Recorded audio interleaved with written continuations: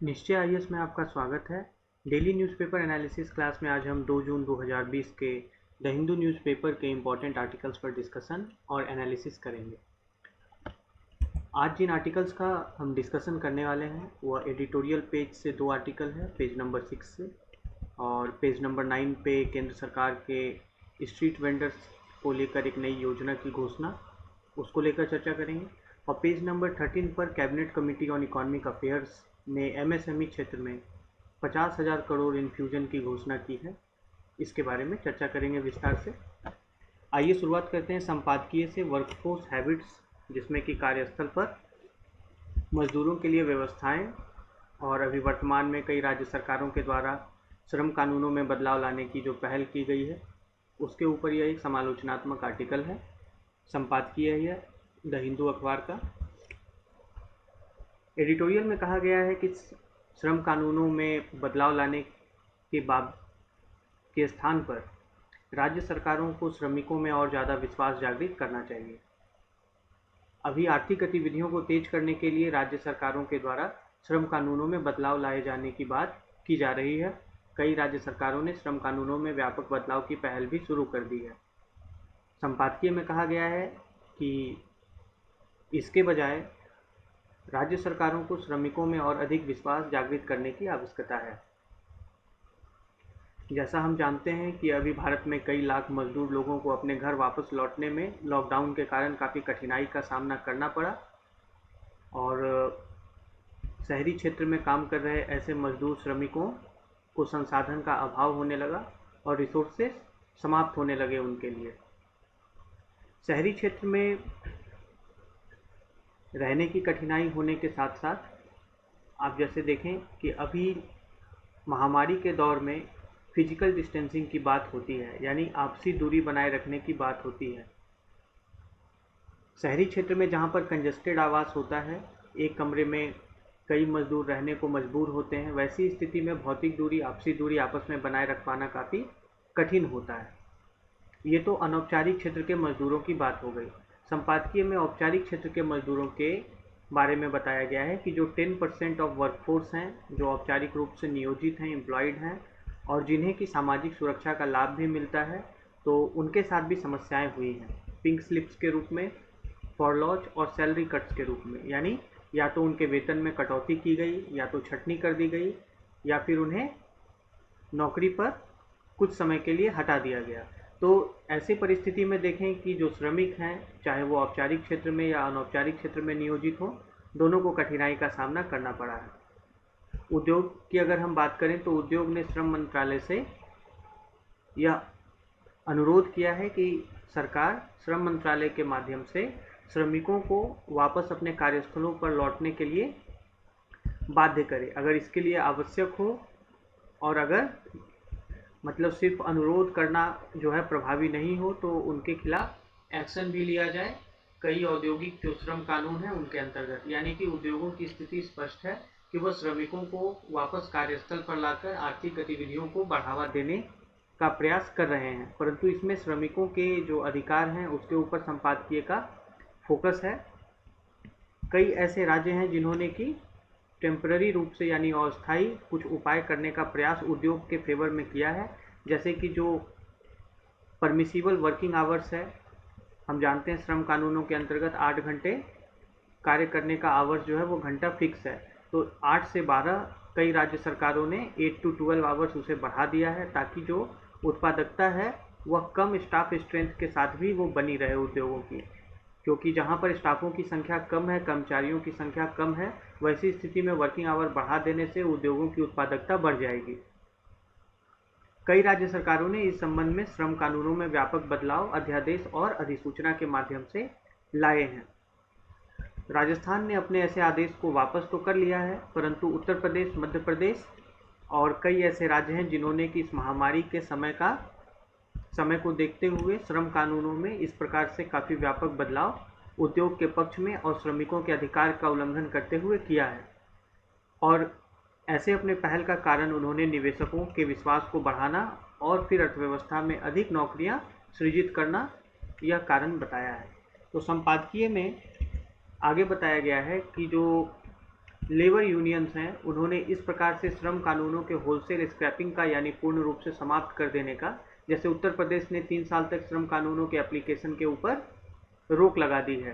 तो उस तरीके से होलसेल स्क्रैपिंग का विरोध किया है लेबर यूनियंस ने। और उनका मानना है कि इस प्रकार से जो कर्मचारी हैं वो कई मामले में सुभेद हो जाएंगे, यानी उनकी वल्नरेबिलिटी बढ़ जाएगी। अब अगर हम बात करें पॉलिटी के एंगल से, तो संविधान की समवर्ती सूची में जो है श्रम कानून आते हैं, और श्रम कानूनों में किसी बदलाव के लिए राज्यों को केंद्र सरकार की अनुमति की आवश्यकता होगी। संपादकीय ने आगे बताया है कि जिस प्रकार से कार्यस्थल पर कार्यों की प्रगति, वर्क का जो नेचर है, कार्यों की प्रकृति वो बदल रही है, और हाइजीन के ऊपर और अधिक व्यय करने की आवश्यकता उद्योगों को और एम्प्लॉयर्स को है। तो अभी जो इमीडिएट चैलेंज है वह है कि किस प्रकार से कर्मचारियों के बीच में, एम्प्लॉयज़ के बीच में विश्वास को और ज़्यादा बढ़ाया जाए, जबकि श्रम कानूनों में और ज़्यादा ढील देकर या फिर उन्हें पूर्ण रूप से हटाकर राज्य सरकारें संपादकीय के अनुसार श्रमिकों में विश्वास को और ज़्यादा कम कर रही हैं और उनके अधिकारों को और ज़्यादा हनन कर रही हैं, जिससे कि उनकी सुभेदता बढ़ जाएगी। अभी हमने देखा कि किस प्रकार से प्रवासी मजदूर जो है वो महामारी के भय से और संसाधनों की कमी से शहरी क्षेत्र को छोड़कर वापस अपने अपने गांव और शहर को लौट गए। तो सबसे पहले उन्हें सुरक्षित रूप से घर पहुंचाना अभी भी एक पहली प्राथमिकता होनी चाहिए संपादकीय के अनुसार, और उन्हें एक इमरजेंसी इनकम सपोर्ट भी दिया जाना चाहिए तब तक जब तक कि जो महामारी है वह समाप्त नहीं हो जाती है या उसका वर्स्ट फेज टल नहीं जाता है। तो संपादकीय में यहाँ पर एम्प्लॉयज के बेनिफिट के लिए और माइग्रेंट वर्कर्स के, प्रवासी मजदूरों के लाभ के लिए उन्हें सुरक्षित घर पहुँचाना, अभी भी कई प्रवासी मजदूर रास्ते में हैं और या तो स्ट्रैंडेड हैं, तो रेल के माध्यम से और सुरक्षित यातायात परिवहन माध्यमों से उन्हें सुरक्षित घर पहुँचाया जाए, और जब तक महामारी का बुरा समय टल नहीं जाता है तब तक उन्हें एक इमरजेंसी आर्थिक सहायता सहयोग सरकार के द्वारा दी जाए। यह इसमें सुझाव श्रमिकों के हित में दिया गया है। इसके साथ ही इसमें एक जो लॉन्ग टर्म पॉलिसी इशू के ऊपर फोकस करने का प्रयास किया गया है एडिटोरियल में, उतना ही ज़्यादा महत्वपूर्ण है कि भारत का जो वर्तमान एक रुख है शहरी और औद्योगिक आवास को लेकर, यानी अर्बन और इंडस्ट्रियल हाउसिंग को लेकर, इसके साथ कार्यस्थल पर सामाजिक सुरक्षा को लेकर, और जो न्यूनतम वेतन मानक हैं इनको लेकर रीओरिएंटेशन की जरूरत है, यानी कि इन्हें फिर से पुनर्निर्देशित करने की आवश्यकता पर संपादकीय ने जोर दिया है कि शहरी और जो औद्योगिक आवास है, अर्बन एंड इंडस्ट्रियल हाउसिंग का तात्पर्य होता है इंडस्ट्रियल कम्प्लेक्सेस में, औद्योगिक परिसरों में जो लेबर के लिए और अन्य एम्प्लॉयज के लिए आवास की व्यवस्था होती है। तो शहरी और औद्योगिक आवास में और कार्यस्थल पर सामाजिक सुरक्षा में, जिसमें कि हर प्रकार की व्यवस्था सुविधा, लाइटिंग, सैनिटेशन, वाटर फैसिलिटी, महिलाओं के लिए क्रेच की सुविधा और तमाम तरीके की सोशल सिक्योरिटी की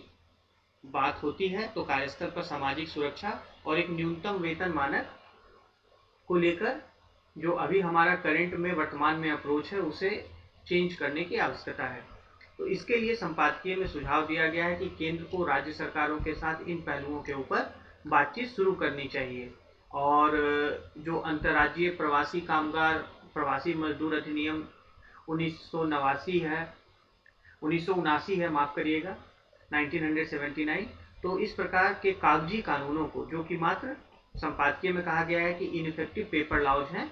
और प्रभावी मात्र कागजी कानून है, तो इन्हें उसके बाद फिर जो है रिव्यू किया जा सकता है। यानी कि सबसे पहले केंद्र के द्वारा राज्यों के साथ इन मुद्दों के ऊपर एक डायलॉग, एक वार्ता शुरू हो, और उसके बाद जो माइग्रेंट वर्कर, प्रवासी मजदूर संबंधी जो कानून है उसमें बदलाव लाने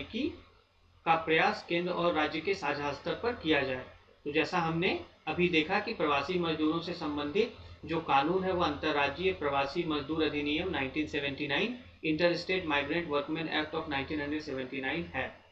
तो इस प्रकार से यह आर्टिकल आपके पेपर 2 से जुड़ता है, पेपर 1 से भी जुड़ता है, पेपर 2 और पेपर 3 भी सामान्य अध्ययन से यह जुड़ता है। पेपर 1 में आप इसे सोशल एम्पावरमेंट से जोड़ के देख सकते हैं, सामाजिक सशक्तिकरण से, जहां पर कि मजदूर और सुभेद वर्ग के सामाजिक सशक्तिकरण की बात हो, उससे संबंधित प्रश्न आए, महिला मजदूरों की बात हो, या फिर माइग्रेंट वर्कर्स के प्रॉब्लम के बारे में आपसे प्रश्न पूछा जाए, प्रवासी मजदूरों का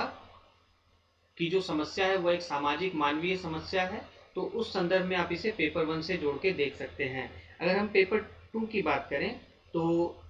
issues related to development and management of social sector services relating to health education human resources, तो मानव संसाधन के विकास एवं उनका प्रबंधन, इससे संबंधित जो मुद्दे हैं पेपर 2 में आप इससे जोड़कर इसे देख सकते हैं। इसके साथ ही श्रम कानूनों के संबंध में जब आपसे प्रश्न पूछे जाएं तो आप इन बिंदुओं की चर्चा उसमें कर सकते हैं, क्योंकि राज्यों के स्तर पर व्यापक बदलाव श्रम कानूनों में लाने का प्रयास किया जा रहा है। आगे अगर हम देखें तो आप इसे पेपर 3 से भारतीय अर्थव्यवस्था, जहां पर कि उद्योगों के उत्पादकता को बढ़ाने के उपाय, सरकार के द्वारा किए जा रहे पहल, और इसमें इंक्लूसिव ग्रोथ, समावेशी विकास और इससे संबंधित मुद्दे, तो इन आप एरिया से जोड़ के इन्हें देख सकते हैं। इस प्रकार से यह आपके मुख्य परीक्षा के लिए इम्पोर्टेंट है। अगर हम आप प्रीलिम्स एग्जाम की बात करें तो लेबर जो है वह एक कंकरेंट सब्जेक्ट है हमारे कॉन्स्टिट्यूशन का, संविधान का समवर्ती सूची का यह विषय है, तो यह बिंदु आपके प्रारंभिक परीक्षा के लिए महत्वपूर्ण हो सकता है। आगे बढ़ते हैं, पेज नंबर 6 एडिटोरियल पेज पर ही भारत, चीन और उनके द्वारा अफ्रीका महादेश में किए जा रहे अभी वर्तमान में पहल को लेकर हरीश वी पंत और अभिषेक मिश्रा, इन्होंने एक आर्टिकल लिखा है। ये विदेशी मामलों के जानकार हैं।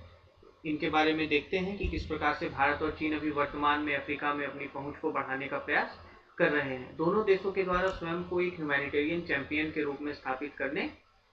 का प्रयास अफ्रीका महादेश में किया जा रहा है, परंतु भारत और चीन का अप्रोच जो है उन दोनों के रुख में काफ़ी ज़्यादा भिन्नता है, अंतर है। अभी देखें कि कोविड-19 महामारी के कारण विश्व में एक प्रकार से मतलब देशों को समान रूप से संकट का सामना करना पड़ा है, तो ऐसे परिदृश्य में कोविड-19 महामारी एक ग्रेट लेवलर के रूप में, यानी कि एक इक्वलाइजर के रूप में सामने आया है, यानी सभी देशों को समान प्रकार की आवश्यकताएं और चुनौतियों का सामना करना पड़ा है। परंतु इसके प्रभाव जो है इनका अफ्रीका जैसे महादेशों के ऊपर बड़ा डिवास्टेटिंग, बहुत विनाशकारी प्रभाव पड़ा है, जहां पर कि आर्थिक और जो लोक स्वास्थ्य की स्थितियां हैं बहुत ही सुभेद है, बहुत ही ज़्यादा संकटग्रस्त हैं। आर्टिकल में बताया गया है कि हालांकि अफ्रीकी देशों ने शुरुआती बीमारी के प्रसार और विस्तार को रोकने में काफ़ी ज़्यादा तेज पहल की थी। They moved quickly to curb the initial spread, यानी शुरुआत में जो बीमारी का विस्तार होना आरंभ हुआ था अफ्रीका में, तो वहाँ के देशों ने उसे रोकने के लिए काफ़ी तत्परता से पहल किया था। परंतु उसके बावजूद भी इस प्रकार के एक जो है लोक स्वास्थ्य आपातकाल को इल इक्विप्ड नेशंस के द्वारा, यानी उनके पास पर्याप्त मात्रा में साधन उपलब्ध नहीं थे, तो इस स्केल के पब्लिक हेल्थ इमरजेंसी का सामना करने के लिए, इस मैग्नीट्यूड के इमरजेंसी का सामना करने के लिए वो बहुत ही ज़्यादा इल इक्विप्ड थे। और इसका कारण यह था कि मास्क और वेंटिलेटर्स की कमी, और इनफैक्ट की जो बेसिक जो बुनियादी ज़रूरतें हैं जैसे पानी और साबुन, यह भी पर्याप्त रूप से उपलब्ध वहाँ पर नहीं थे। एशिया की दो बड़ी अर्थव्यवस्थाओं के रूप में और अफ्रीका के बहुत एक लंबे समय से साझेदार के रूप में भारत और चीन दोनों ने अफ्रीका तक अभी के समय में अपने पहुंच को बढ़ाने की पहल की चिकित्सीय सहयोग के माध्यम से, यानी दोनों देशों के द्वारा चिकित्सीय सहयोग जो है वह एक्सटेंड किया गया अफ्रीका महाद्वीप को। अब पहले हम बात करें चीन के डोनेशन डिप्लोमेसी की, कि चीन ने किस प्रकार से डोनेशन कर, अपना योगदान कर उसे कूटनीतिक लाभ लेने का प्रयास किया है। यह जो डोनेशन डिप्लोमेसी चीन की है, तो इस संदर्भ में देखें कि अफ्रीका का सबसे बड़ा जो व्यापार साझेदार है, ट्रेडिंग पार्टनर, वह चीन है, और चीन ने बहुत तत्परता से अफ्रीका को महामारी का सामना करने के लिए अपना सहयोग देने की तत्परता शुरुआत में ही दिखा दी थी। चीन के द्वारा मेडिकल प्रोटेक्टिव इक्विपमेंट, यानी चिकित्सीय जो सुरक्षात्मक उपकरण हैं, टेस्टिंग किट्स हैं, वेंटिलेटर है और मेडिकल मास्क कई अफ्रीकी देशों को भेजे गए थे। आगे बढ़ते हैं, आर्टिकल में बताया गया है कि प्राथमिक जो मोटिव था, जो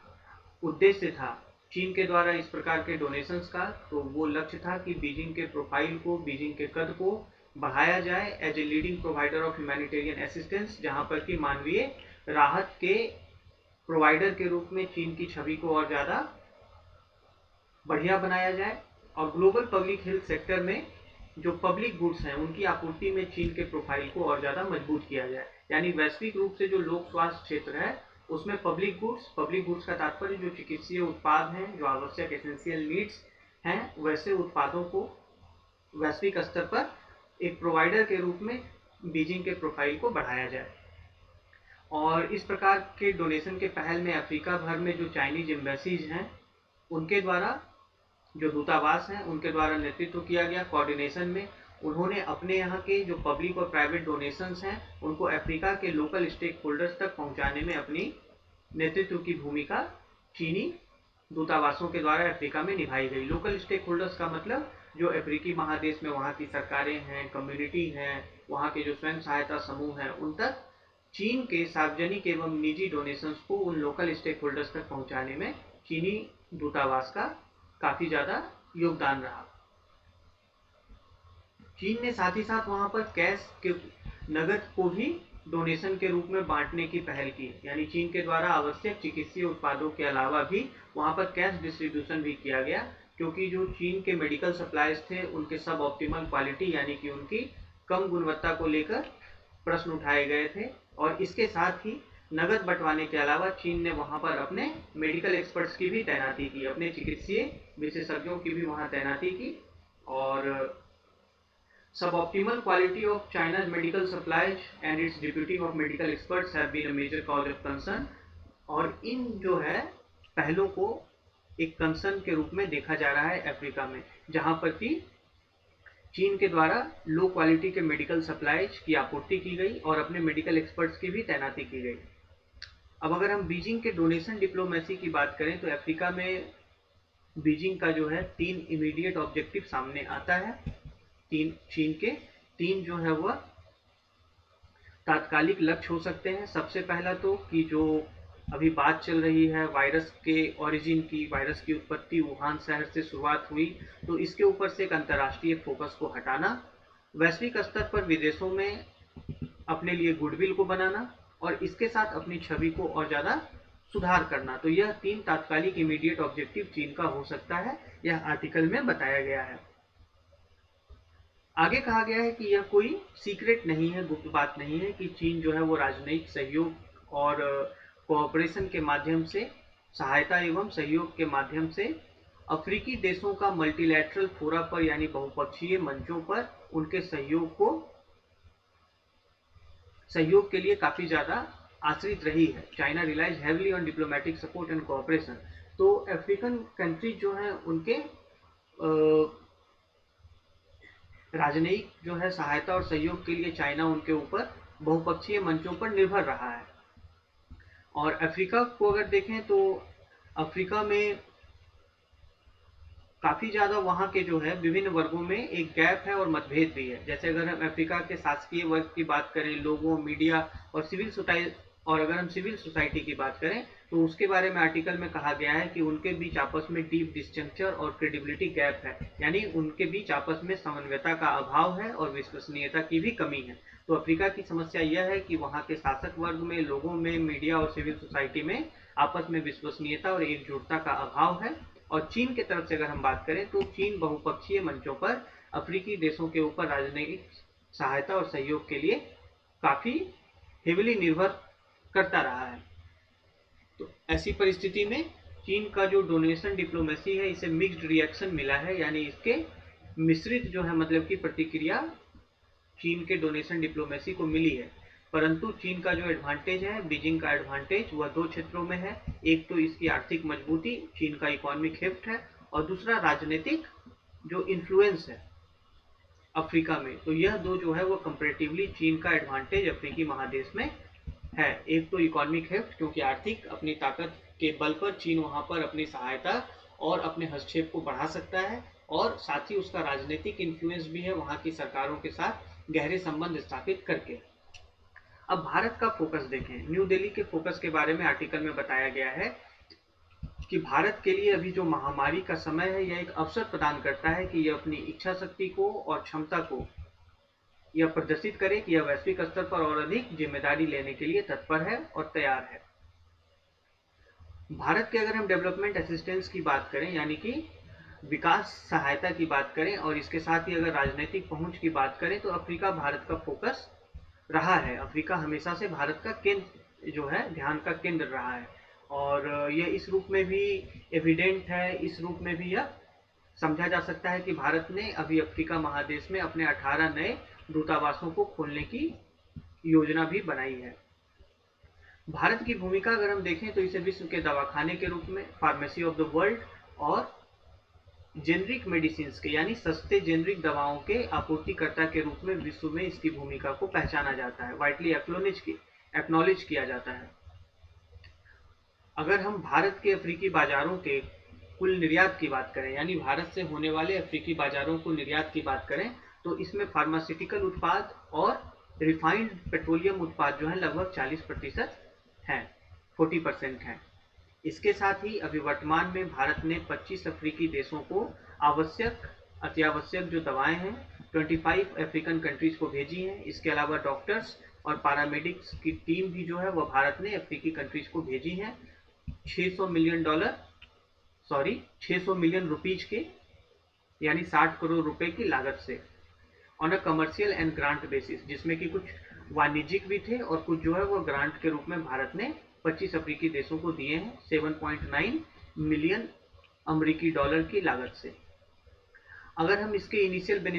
बेनिफिशियरीज की बात करें, शुरुआती लाभार्थियों की बात करें, तो इंडिया के मिशन सागर के अंतर्गत, यह ध्यान रखिएगा, यह आपसे प्रारंभिक परीक्षा में पूछा जा सकता है कि मिशन सागर, यह सागर योजना नहीं है, सागर योजना अलग है, सिक्योरिटी एंड ग्रोथ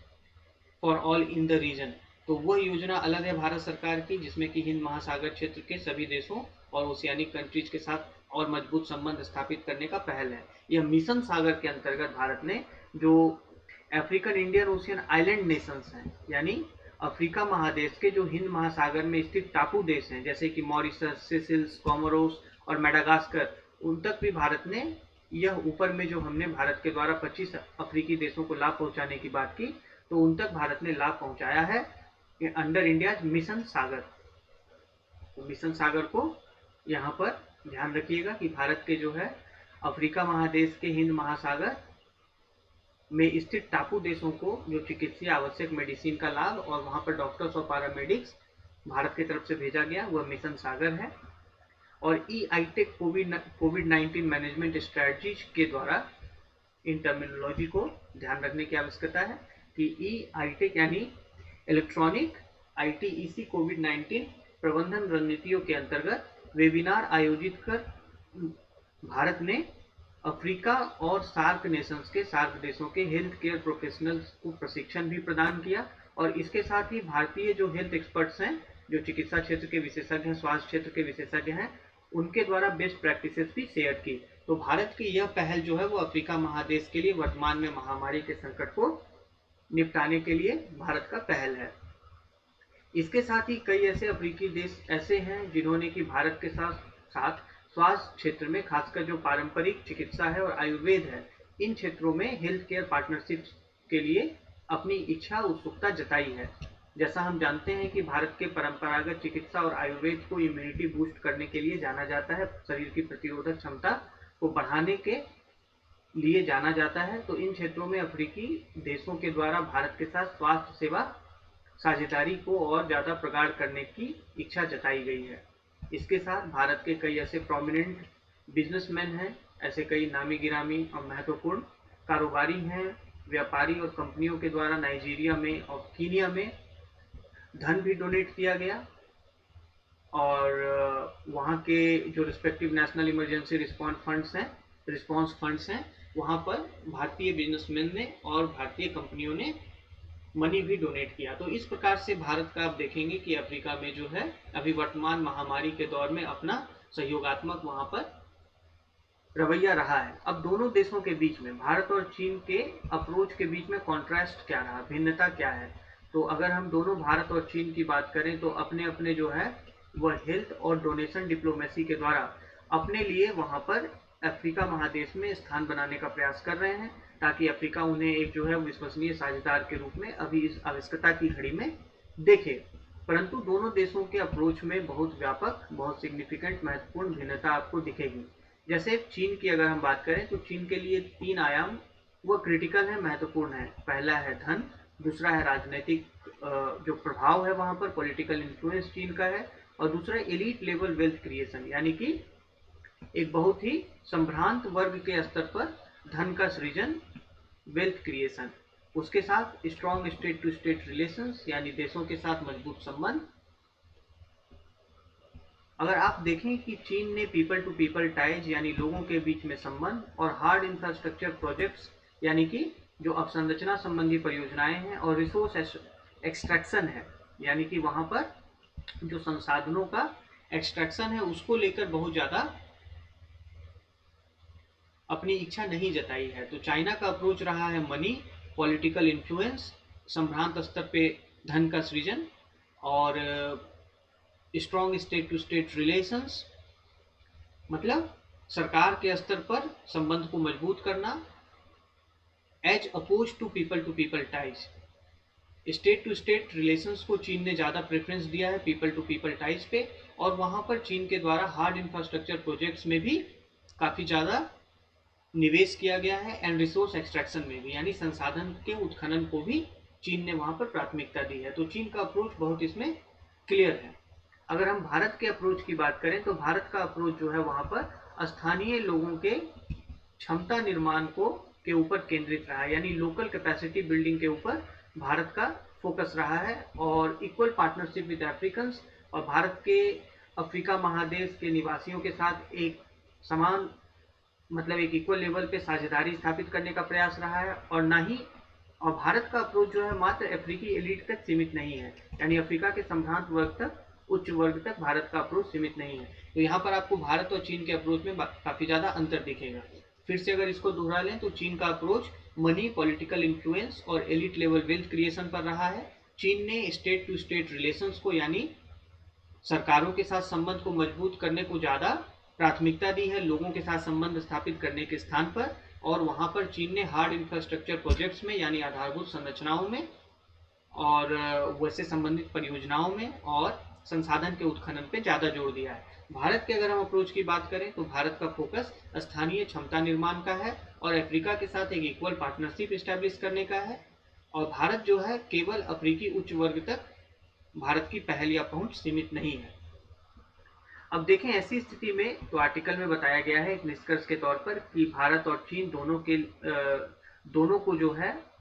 अफ्रीकी महादेश के अभी राइजिंग एस्पिरेशंस को, यानी वहाँ के उभरते हुए जो आकांक्षाएं हैं अफ्रीकन कॉन्टिनेंट की, उसके हिसाब से अपनी रणनीतियों को अडेप्ट करना पड़ेगा। तो यहाँ पर हमने देखा कि भारत का अप्रोच क्या है। अगर आपसे पेपर 2 इंटरनेशनल रिलेशन में, सामान्य अध्ययन में इंटरनेशनल रिलेशन में आपसे भारत अफ्रीका संबंध के बारे में पूछा जाए हमारा अप्रोच क्या है, तो आप वहाँ से भारत के इन अप्रोच की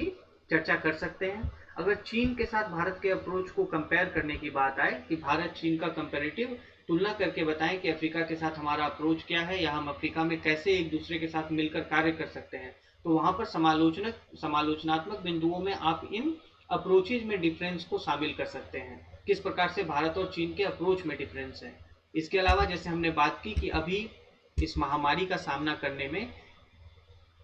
चीन की क्या भूमिका अफ्रीका में रही है, और खासकर ज़्यादा फोकस हमारा रहेगा कि नई दिल्ली की भारत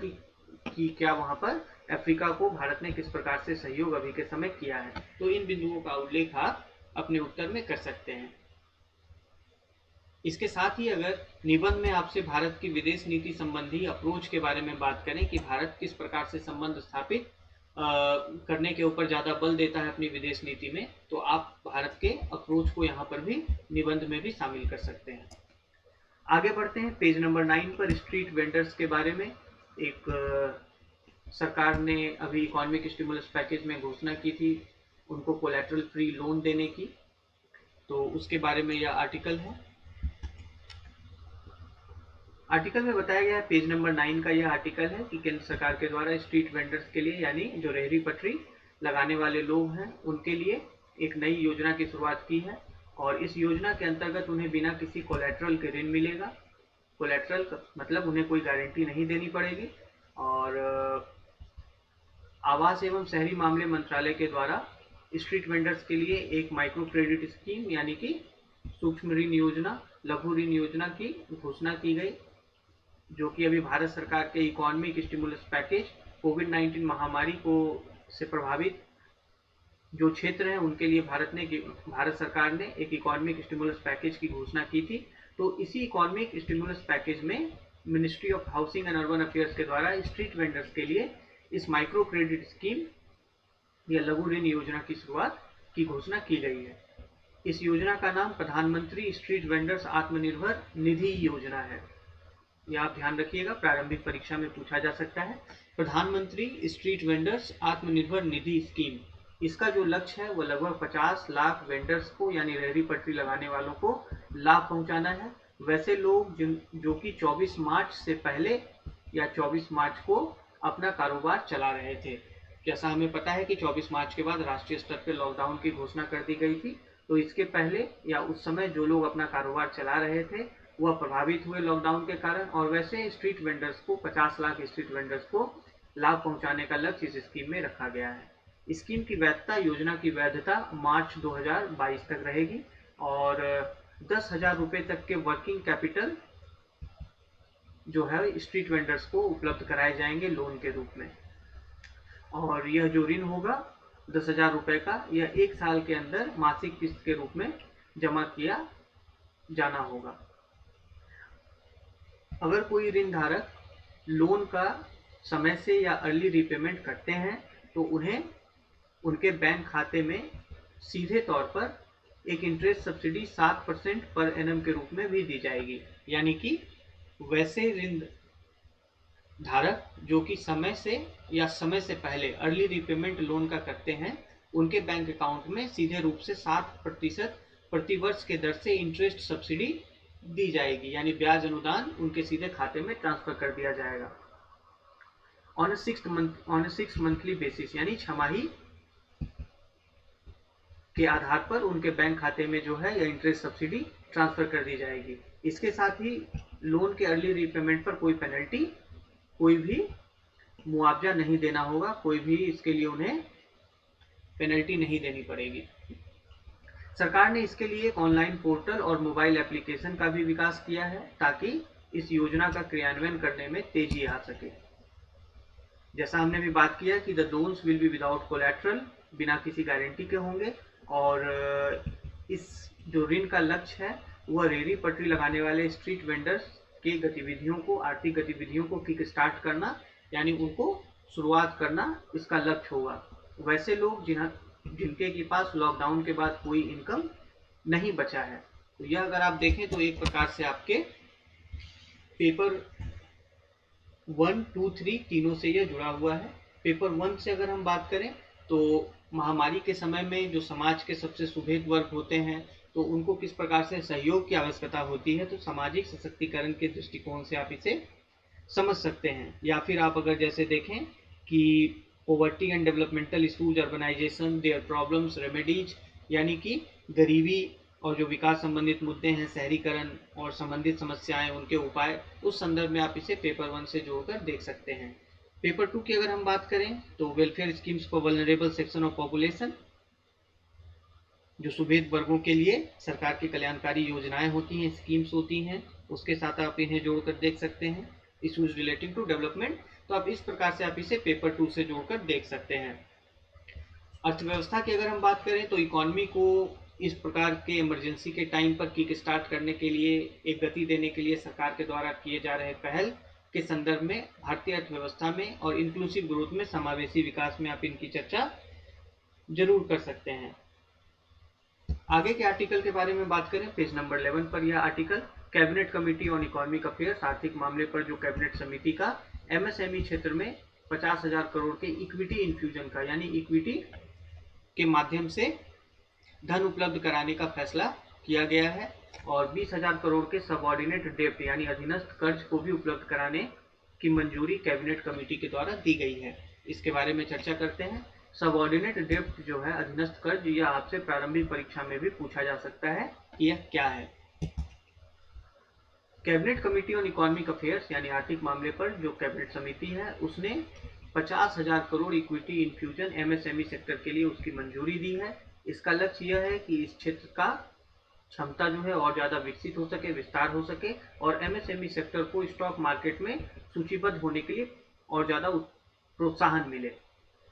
तो इक्विटी इन्फ्यूजन का तात्पर्य होता है कि इसके स्टॉक्स को परचेज कर सरकार इसमें 50,000 करोड़ तक के एमएसएमई सेक्टर के शेयर्स को परचेज करेगी,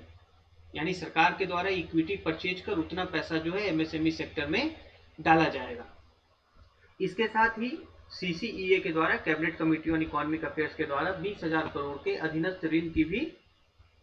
कर्ज की भी मंजूरी दी गई है, ताकि जो स्ट्रेस्ड एमएसएमई है, संकटग्रस्त एमएसएमई है, उन्हें इक्विटी सपोर्ट उपलब्ध कराया जा सके। तो इस प्रकार से सरकार का आकलन है कि 2 लाख एमएसएमई को इससे फायदा मिल सकता है। सरकार ने इसके लिए 10,000 करोड़ के शुरुआती फंड की भी व्यवस्था की है, सृजित किया है, और बाद में इस फंड में और ज़्यादा एडिशन कर और ज़्यादा धन उपलब्ध कराकर इसे 50,000 करोड़ तक का एक निधि बनाया जाएगा। एमएसएमई को फंड करने के लिए सरकार उनमें इक्विटीज परचेज करेगी, उनके शेयर्स परचेज करेगी, जिसका कि मैक्सिमम लिमिट 15% रखा गया है किसी एक एमएसएमई में, और इस प्रकार से सरकार के द्वारा इक्विटी खरीद से एमएसएमई कंपनियों को बल मिलेगा। इसके साथ ही जब वो स्टॉक एक्सचेंज में सूचीबद्ध होने के लिए जाएंगे, तो क्योंकि सरकार का उसमें इक्विटी शेयर होगा एमएसएमई में, तो उनके जो शेयर प्राइसेस हैं वो भी ऊपर उठेंगे, और जब वो एक पार्टिकुलर लेवल तक बढ़ जाएंगे तो सरकार के द्वारा एमएसएमई के अपने शेयर्स को बेच दिया जाएगा और फिर उसे दूसरे शेयर्स में निवेश किया जाएगा। तो इस प्रकार से जो है यह सरकार के द्वारा एमएसएमई के शेयर्स को परचेज कर उसे स्टॉक बाजार में ट्रेडिंग भी की जाएगी। जैसा हम जानते हैं कि आर्थिक स्टिमुलस पैकेज में एमएसएमई के एक नए डेफिनेशन की घोषणा की गई थी, तो सीसीईए ने, cabinet committee on economic affairs ने एमएसएमई के नई परिभाषा को भी मंजूरी दे दी है, जिसमें कि मीडियम इंटरप्राइजेज की परिभाषा 50,000 करोड़ तक का निवेश सीमा और 250 करोड़ तक का टर्नओवर, यह मीडियम इंटरप्राइजेज की परिभाषा है। यह जरूर ध्यान रखिएगा, यह आपसे प्रारंभिक परीक्षा, मुख्य परीक्षा दोनों में पूछा जा सकता है कि एमएसएमई की नई परिभाषा, तो उसमें medium industries, small micro industries की परिभाषा क्या है। अगर हम सूक्ष्म उद्योगों की बात करें तो जिसमें कि इन्वेस्टमेंट लिमिट 1 करोड़ का रखा गया है और टर्नओवर 5 करोड़ का। अगर हम छोटे उद्योगों की बात करें, स्मॉल इंटरप्राइजेज की, तो वैसे उद्योग जिसमें कि निवेश सीमा 10 करोड़ की हो और उनका जो कुल टर्नओवर, वार्षिक टर्नओवर है वो 50 करोड़ का हो। तो इस प्रकार से नए एमएसएमई के डिफिनीशन को कैबिनेट कमेटी के द्वारा मंजूरी दे दी गई है। एक इसमें महत्वपूर्ण बात समझने की यह भी है कि एमएसएमई यूनिट्स, चाहे वो माइक्रो हो, स्मॉल हो या मीडियम हो, तो निर्यात के हिसाब से जो उनका टर्नओवर है उसे टर्नओवर लिमिट में काउंट नहीं किया जाएगा। तो इस तरीके के सरकार के पहल को जो है ईज ऑफ डूइंग बिजनेस, यानी कारोबार करने की, व्यापार की सुगमता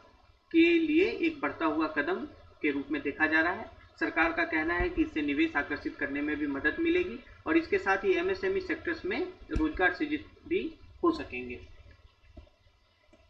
आगे बढ़ते हैं, सबऑर्डिनेट डेब्ट की हमने बात की। सबऑर्डिनेट डेब्ट की थोड़ी सी विस्तार में चर्चा करते हैं। यह प्रारंभिक परीक्षा और मेंस परीक्षा दोनों में आपसे पूछा जा सकता है।